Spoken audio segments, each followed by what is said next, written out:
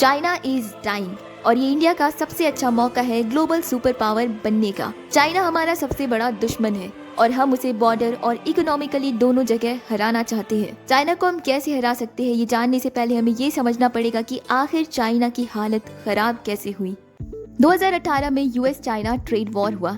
इस trade war की वजह से यूएस ने 3.1 से टैरिफ को बढ़ाकर 19.3 कर दिया। अब इसका असर चाइना के 66.4% एक्सपोर्ट्स पर पड़ा। अब चाइनीज सामानों के प्राइसेस यूएस में बढ़ गए। प्राइस बढ़ने की वजह से डिमांड कम हो गया। अब मैन्युफैक्चरर्स चाइना छोड़कर किसी और कंट्री में शिफ्ट होने लगे। इसके बाद 2020 से 22 तक चाइना पर पेंडेमिक का असर रहा था। पेंडेमिक का असर तो पूरी दुनिया पर पड़ा, लेकिन चाइना पर हद से ज्यादा था क्योंकि वहां पर जीरो कोविड पॉलिसी था। इस पॉलिसी की वजह से लॉकडाउन स्ट्रिक्ट थे, लोग फाइनेंशियली अनस्टेबल होने लगे और उन्होंने खर्चे कम कर दिए।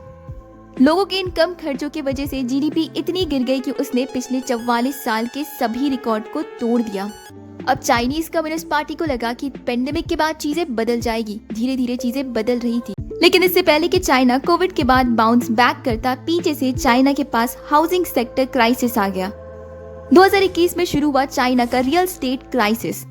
इसके पीछे बहुत सारे रीजन हैं। सबसे पहला रीजन कि अभी चाइना में 80 मिलियन घर खाली है और जब हद से ज्यादा खाली घर होंगे तो प्राइसेस तो डाउन होंगे ही।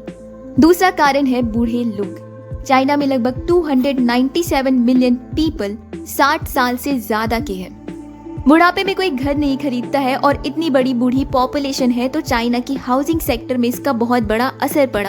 तीसरा और सबसे मेन कारण है Chinese second largest housing sector company Evergrande. इस कंपनी ने हद से ज्यादा पैसे लोगों से उधार और एडवांस में ले लिए, वक्त पर घर डिलीवर नहीं किया और अब ये कंपनी बैंकक्रप्ट हो चुकी है। इस कंपनी की वजह से चाइनीज लोग अब हाउसिंग सेक्टर पर ट्रस्ट नहीं कर पा रही है। रियल एस्टेट चाइना के जीडीपी में 30% कंट्रीब्यूट करता है। ये नंबर बहुत बड़ा है और रियल एस्टेट क्राइसिस का मतलब है इकोनॉमी में डायरेक्ट असर।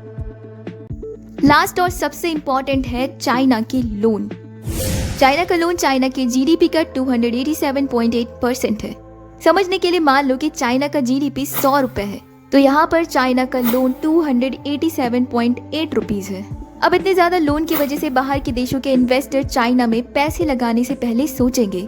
अब हाल ही में पब्लिश हुए रिपोर्ट के मुताबिक चाइना से $15 बिलियन के इन्वेस्टमेंट्स बाहर निकाले जा चुके हैं। इन सब के साथ ही 2023 में चाइना में अनएम्प्लॉयमेंट इतना हाई हो गया कि चाइनीज गवर्नमेंट ने डेटा पब्लिश करने से इनकार कर दिया और लगभग 1 साल तक अनएम्प्लॉयमेंट डेटा पब्लिश नहीं किया गया।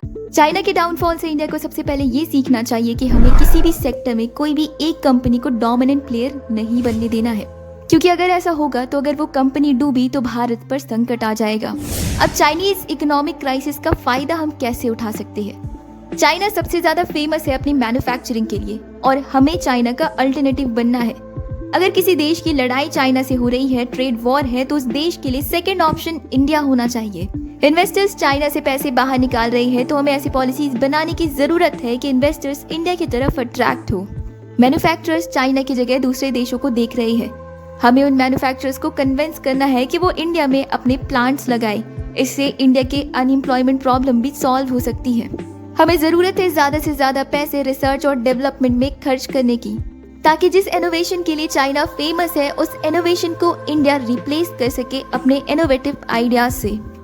साथ ही लार्ज स्केल पर हमें हमारे यूथ को अपस्केल करने की जरूरत है और ये अपस्केलिंग सिर्फ पेपर्स पर नहीं होने चाहिए। आपको क्या लगता है, क्या चाइना की क्राइसिस का फायदा हम इंडियंस उठा पाएंगे? और इसके अलावा आप अपने सॉल्यूशन और इनोवेटिव आइडियाज जरूर बताएं।